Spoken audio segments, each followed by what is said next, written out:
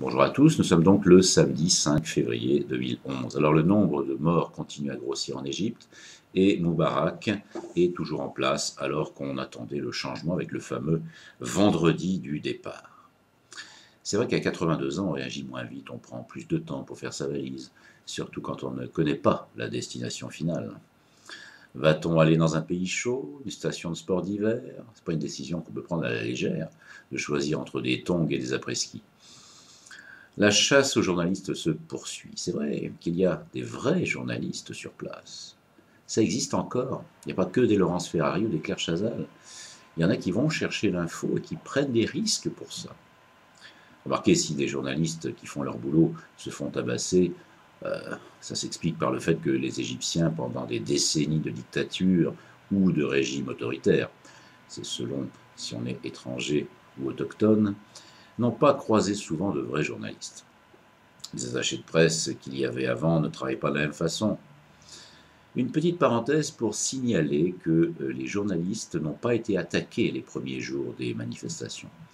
C'est seulement quand les pro-Moubarak sont sortis de leur tanière. Alors du retard pour le départ de Moubarak, ça se comprend, parce qu'il y a quand même des gens qui ont intérêt à voir ce gentil militaire rester en place, en premier lieu Israël et ses alliés américains. L'Amérique, on sent un peu impuissant, puisque pour sortir de la crise égyptienne, Obama appelle à la prière. Il a des relents de George Bush.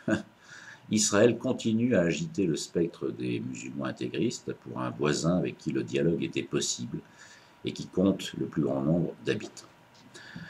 Côté européen, on voit bien qu'il est urgent d'attendre. Sarkozy a répété plusieurs fois qu'il était attentif à la situation, mais qu'il n'était pas égyptien. Le fait d'affirmer qu'il n'est pas égyptien est un signe de lucidité. Mais s'il avait eu des racines chez les pharaons au lieu des Hongrois, cela nous aurait peut-être permis de le voir partir de l'Hexagone plus tôt, ce qui aurait rendu triste les derniers 24% de Français qui lui font confiance. Sondage du 4 février. Comme tout le monde, je suis inquiet de la position des frères musulmans, puisque contrairement à la Tunisie, où des forces laïques d'opposition peuvent émerger, en Égypte, les religieux sont les seuls à voir la puissance et la crédibilité. Ce qui est d'autant plus inquiétant, c'est que les quelques déclarations faites par les frères musulmans ces derniers jours les montrent conciliants, ouverts à la démocratie, bref, en position d'endormir, de manipuler pour mieux contrôler. Il y a des choix qu'on ne voit pas venir et qu'on a du mal à éviter. En règle générale, au lieu de choisir entre la peste et le choléra, je préfère choisir entre fromage et dessert.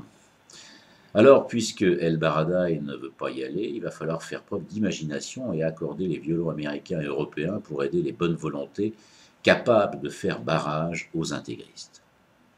Le slogan est simple: religion, sphère privée, politique, sphère publique. Comme toujours avec un slogan simple, l'application est compliquée. Pour ce qui est des puissances étrangères, la Chine se met un peu hors jeu avec l'obsession d'Internet, des réseaux sociaux et de l'éventuelle propagation de l'émancipation populaire. Si l'idée de liberté faisait boule de neige ailleurs que dans les pays arabes, voilà une perspective intéressante. Mais ne rêvons pas. En attendant, pour les Égyptiens qui ont la force de protéger leurs momies et trésors en ayant le courage d'éloigner les momies de la pensée qui rôde, je dirais, et encore bravo.